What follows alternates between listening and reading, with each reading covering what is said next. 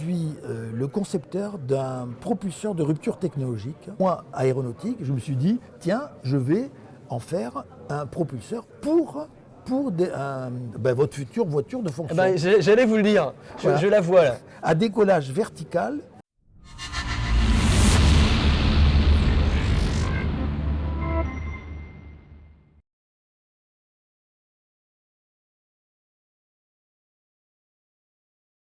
Bonjour à tous, Michel Aguilar, bonjour. Bonjour. Vous venez avec des maquettes très intéressantes qui ne me parlent pas beaucoup. Est-ce que vous pouvez me dire de quoi il s'agit ou qui vous êtes?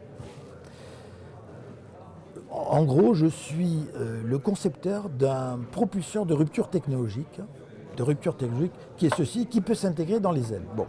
Un propulseur, mais alors, qui vous êtes pour inventer un propulseur? Qu'est-ce qui me garantit que c'est quelque chose qui fonctionne? C'est la bonne question. Ceci dit, pourquoi ça fonctionne, pourquoi c'est crédible? Parce que, je suis, désolé de le dire, je suis ingénieur aéronautique militaire à la DGA, Direction Générale de l'Armement. J'ai constitué un consortium composé à l'époque de Turboméca, donc Safran Helicopter Engines, d'un grand laboratoire du CNRS qui s'appelle le laboratoire P' à Poitiers, et d'une PME de haute technologie, Comat Aerospace, qui est dans la région toulousaine où j'habite. Voilà. Et on a été financé par la DGA à hauteur de 1,5 million. Donc voilà, qui est au bénéfice de ce consortium composé d'entreprises que je viens de citer. Et on a obtenu le POC, le Proof of Concept, qui est fondamental, qui permet de dire, effectivement, votre concept est validé en laboratoire. D'accord. Ce qui a été fait. Votre principe de rupture technologique pour la propulsion est reconnu, est validé. Absolument. Alors donc maintenant on rentre dans la suite de l'aventure. Oui.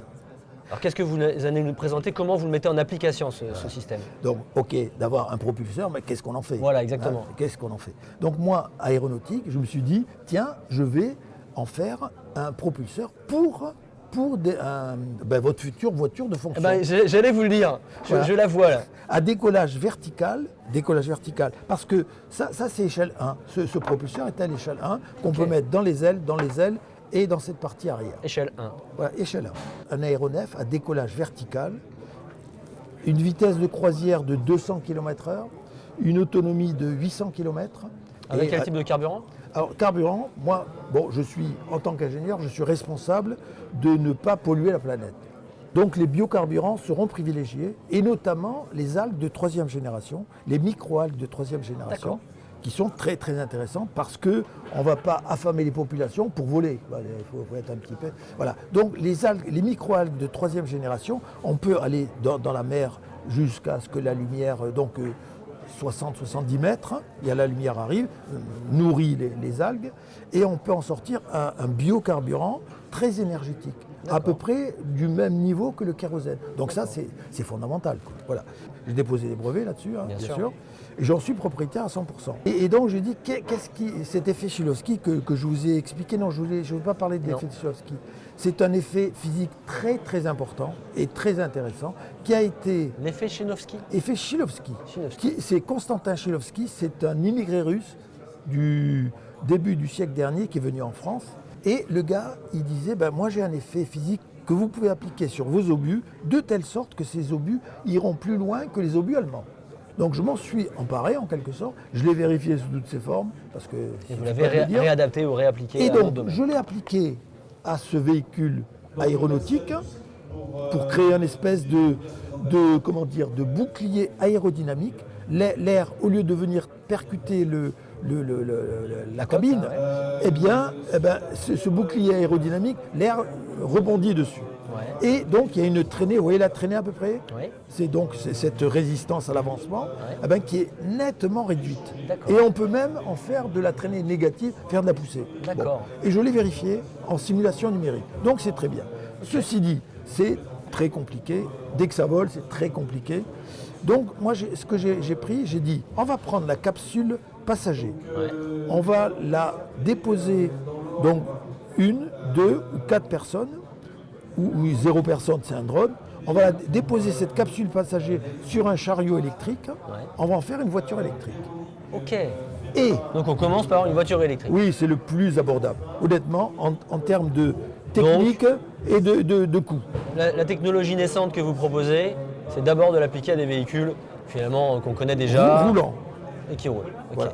Et je suis actuellement en coopération forte avec l'ESTACA, qui est une école d'ingénieurs dans la région parisienne, à Saclay, et j'ai 15 étudiants qui bossent sur mes trucs. Donc le Avec projet cette avance. équipe qui travaille à votre disposition. Oui. Et pour que le projet avance plus vite, plus fort, ou je ne sais pas d'ailleurs, de quoi avez-vous besoin? Est-ce que vous cherchez des partenaires, des financeurs ou ce type d'acteurs? Ce que je cherche, c'est d'abord de faire une démonstration via ces jeunes, faire une démonstration sur le véhicule électrique, qui est le plus abordable.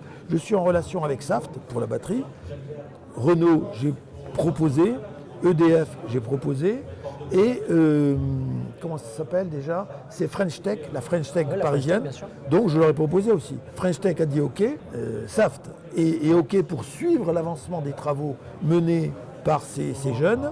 Donc voilà, une fois qu'on aura validé toute cette affaire d'application Shilowski à la voiture électrique, qui permet bien des choses. Hein.